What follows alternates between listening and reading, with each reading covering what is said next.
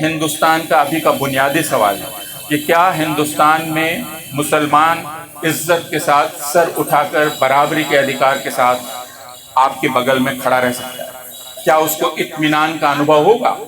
क्या हमें फैज़ान की वो तस्वीर याद है जो आज से 2.5 साल पहले की तस्वीर है, जिसमें दिल्ली पुलिस के लोग फैज़ान और उसके साथियों को ठोकर मारकर जन गण मन गाने के लिए बाध्य कर रहे थे? अगर जन गण मन इस तरह से किसी से गवाया जाए, जिसमें उसको ठोकर मारी जाए, उस पर लाठी बरसाई जाए और उसे कहा जाए तुम राष्ट्रगान गाकर दिखाओ, क्या वह राष्ट्रगान हमें अपना राष्ट्रगान लगे?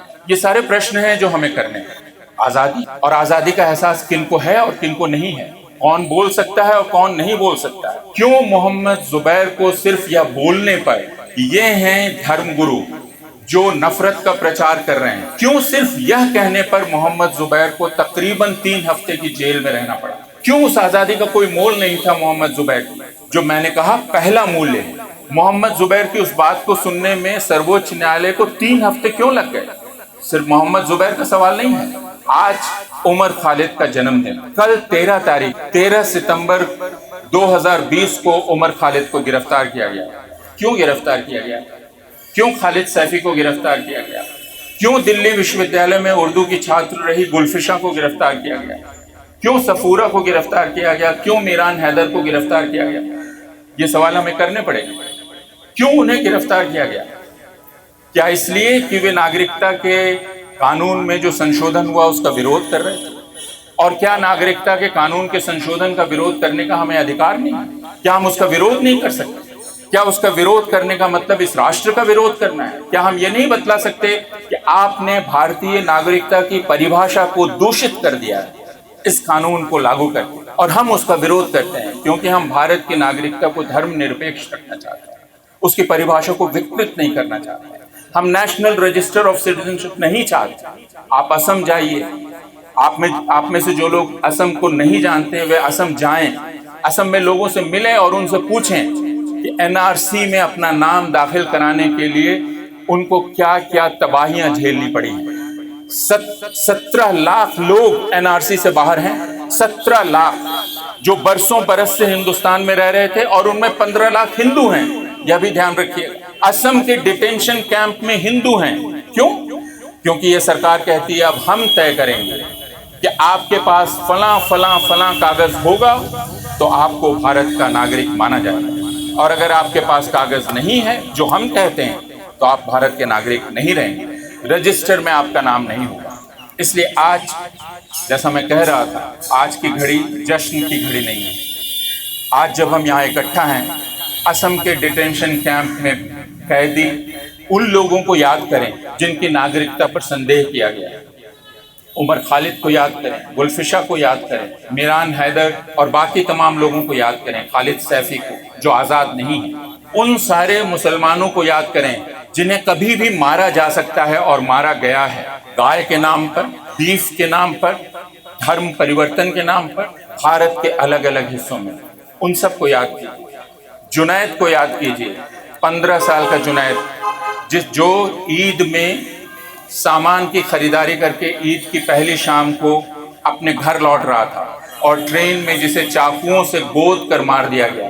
क्यों? क्योंकि उसका नाम जुनैद था, और जिसने उसकी हत्या की वो आज़ाद है और वह आज भी पंचायतें कर रहा है। यह ध्यान रखिए, जिसने जुनैद की हत्या की वो आज़ाद है। जो इन हत्याओं में शामिल हैं, जो घृणा प्रचार में शामिल हैं, वे आज़ाद हैं, वे सभाएं कर रहे हैं, वे मुसलमानों के जनसंहार का आह्वान कर रहे हैं। मुझे आज से 75 साल पहले की एक दूसरी घटना याद आ रही है। 2 अक्टूबर 1947 की घटना। 2 अक्टूबर आप जानते हैं महात्मा गांधी का, मोहनदास करमचंद गांधी का जन्मदिन है। 1947 के 2 अक्टूबर को गांधी दिल्ली में थे, या दिल्ली में उन्हें रुकना पड़ा था। क्यों रुकना पड़ा था? आप में से बहुत सारे लोग जानते होंगे, क्योंकि उस वक्त आज़ादी के साथ साथ एक खुरेजी भी शुरू हुई थी। जो हिंदुस्तान था उसमें मुसलमानों को मारा जा रहा था और यहाँ से मुसलमान भाग रहे थे। जो पाकिस्तान था वहाँ हिंदुओं और सिखों पर हमले हो रहे थे, उन्हें मारा जा रहा था, वे भाग रहे थे। दिल्ली शरणार्थियों से भरी हुई थी, ऐसे शरणार्थियों से जो पाकिस्तान से आए थे, यानी हिंदू और सिख। दिल्ली यूनिवर्सिटी से थोड़ी दूर पर किंग्सवे कैंप है, वहाँ बहुत बड़ा कैंप लगा था शरणार्थियों का। दिल्ली यूनिवर्सिटी के बगल में सेंट स्टीफेंस हॉस्पिटल है, उस हॉस्पिटल में घायल लोग भर्ती थे। तो जो शरणार्थी आए थे वे बहुत नाराज थे, क्योंकि उन पर हमला हुआ था, उनकी नाराजगी जायज है। लेकिन दिल्ली में जो मुसलमान थे, उन मुसलमानों पर हमला हो रहा था और गांधी को दिल्ली रोका था सरदार वल्लभ भाई पटेल ने। उन्होंने कहा कि आपको दिल्ली रुकना पड़ेगा, क्योंकि दिल्ली में पागलपन है और अगर दिल्ली को नहीं बचाया जा सका तो भारत को नहीं बचाया जा सकेगा। दिल्ली को बचाने का मतलब क्या था? दिल्ली को बचाने का मतलब था कि यहाँ जो मुसलमानों पर हमला हो रहा है उसे रोका जा सके। गांधी इस वजह से दिल्ली में रुके। आपको ये बात मालूम है कि उसके पहले गांधी एक और जगह कई महीनों तक रुके। उस जगह का नाम है नोआखाली, जो अब बांग्लादेश में है।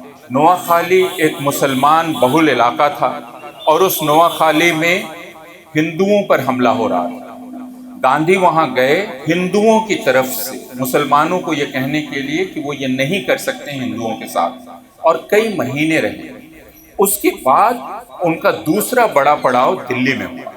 उसी के दौरान यानी 9 सितंबर 1947 जब वे दिल्ली आए और दिल्ली में टिके और दिल्ली की गली गली घूमते हुए एक शिविर से दूसरे शिविर लोगों को समझाते हुए 30 जनवरी मार्ग जो आप देखते हैं, बिरला हाउस जो पहले था, वहीं गांधी टिके थे। 2 अक्टूबर को उनका जन्मदिन था। दुनिया भर से टेलीग्राम आ रहे थे बधाइयों के, और उनके यहाँ भी सुबह से तांता लगा हुआ था विदेशियों का, देश से विभिन्न जगहों से आए हुए लोगों का, जो गांधी को बधाई दे रहे थे उनके जन्मदिन की।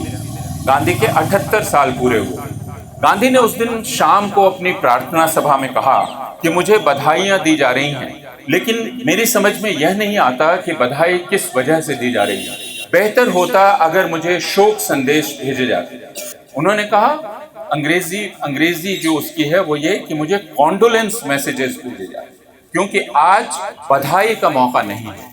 कुछ ऐसा ही ख्याल भारत के 75 साल होने के मौके पर हमारे मन में आता है। यह जो 75वां साल है, क्या यह जश्न मनाने का मौका है? क्या यह उत्सव मनाने का मौका है? क्या यह बधाइयों का मौका है? क्या यह उपलब्धियों का बखान करने का मौका है? या यह एक तरह की मातम की घड़ी है, दुख मनाने की, शोक मनाने की, और एक तरह से आत्मचिंतन करने की या आत्म परीक्षा करने। एक मुल्क जो 75 साल का हो गया, 75 साल के होने के बाद वह मुल्क इतना असुरक्षित कैसे महसूस कर रहा है, और स्वयं अपने भीतर कि उसमें उसकी सरकार हर किसी को राष्ट्रवाद का इंजेक्शन देना चाहती है। वह इस देश के नागरिकों पर इतना कम भरोसा, यह कि जैसे इस देश के लोग इसके पहले राष्ट्रवादी थे ही नहीं और अब उन्हें राष्ट्रवाद का पाठ पढ़ाया जाना है, और इस वजह से तरह तरह की तरकीबें की जाएंगी। वह चाहे हर घर तिरंगा हो, जिसमें आप हर घर पर तिरंगा लगाने के अभियान के नाम पर एक तरह का जबरन आरोप कर रहे हैं राष्ट्रवाद का। आपने एक खबर देखी होगी, संभवतः उत्तराखंड की खबर है, जिसमें वहां के एक मंत्री ने आदेश दिया है कि उन घरों की तस्वीरें ली जाएं जिन घरों पर तिरंगा नहीं है। क्या करेंगे आप वो तस्वीरें लेकर? आपने हरियाणा की खबर सुनी होगी, जहां राशन डिपो पर राशन खरीदने के लिए जब लोग गए लेने के लिए, तो उनसे कहा गया अगर आप 20 रुपए का तिरंगा नहीं खरीदेंगे तो आपको राशन नहीं मिलेगा। यह एक तरह का जबरिया राष्ट्रवाद या जबरन राष्ट्रवाद, ये जिस चीज पर सबसे पहले हमला करता है वो हमारी आजादी है। आज तक हिंदुस्तान में किसी को अपने राष्ट्रवाद का प्रमाण पत्र नहीं देना पड़ा। हम सब स्वाभाविक रूप से भारतीय हैं। हम अपने हाथ में तिरंगा लें या ना लें, हम राष्ट्रगान गाएं या ना गाएं, किसी को इसका हक नहीं मिलता कि वह हम पर एक आदेश आरोपित करे। सरकार को इसका हक तो बिल्कुल ही नहीं मिलता। लेकिन मैंने इसके पहले कहा कि यह एक तरह की मातम की घड़ी है, एक तरह के आत्म परीक्षा की, आत्मालोचना की। क्यों? क्योंकि हम एक विश्वविद्यालय परिसर में खड़े हैं, लेकिन क्या सचमुच यह विश्वविद्यालय का परिसर है? हम विश्वविद्यालय में आर्ट्स फैकल्टी गेट के बाहर खड़े हैं। ऑल इंडिया स्टूडेंट एसोसिएशन के छात्रों मित्रों से मैंने पूछा नहीं कि क्या उन्होंने फैकल्टी के अंदर मीटिंग करने की कोशिश की। मैंने नहीं पूछा इसलिए कि मुझे पिछले 8 वर्षों से यह पता है कि ऐसी कोई भी कोशिश अब कामयाब नहीं हुई। आप कमरा नंबर 22 में बैठक नहीं कर सकते, जहां हम लगातार हर विषय पर बैठक कर सकते थे।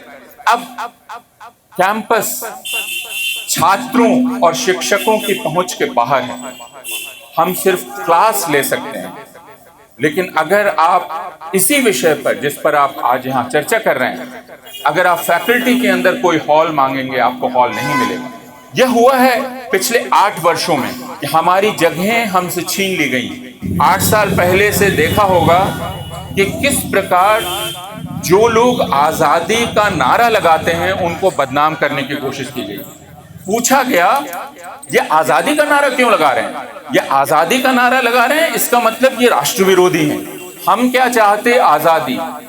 ये नारा दरअसल पहले नारीवादियों ने लगाया। नारीवादियों से यह नारा बाहर फैला।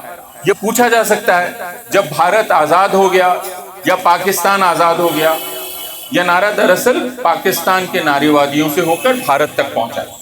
इस समय हम सब लोगों को, जो ज्यादातर छात्र और अध्यापक हैं, हमें अपने कर्तव्य तय करने हैं। वो कर्तव्य क्या होंगे? क्योंकि हमें कुछ सुविधाएं हैं, वो सुविधा इस देश के ज्यादातर लोगों को नहीं है। जैसा मैंने कहा, हमें सुविधा आजादी की है। उस आजादी का इस्तेमाल जो सुविधा हमें है, हम बाकी आजादी को सुनिश्चित करने के लिए कर सकते हैं कि नहीं? छलावे में न रहें, धोखा ना दे खुद को। दूसरों को धोखा दिया जा सकता है, खुद को नहीं। हम जानते हैं कि जब घर घर तिरंगा में हम शामिल होते हैं, मर्जी से नहीं शामिल हो रहे हैं, हम एक धोखे में शामिल हो रहे हैं। हम इस धोखे को पहचानें, इस धोखे की बात करें, इस देश को बता सकें, इस देश की जनता को, कि वह एक बहुत बड़े धोखे में गिरफ्तार है और उस तिलिस्म से उसे आजाद होना है।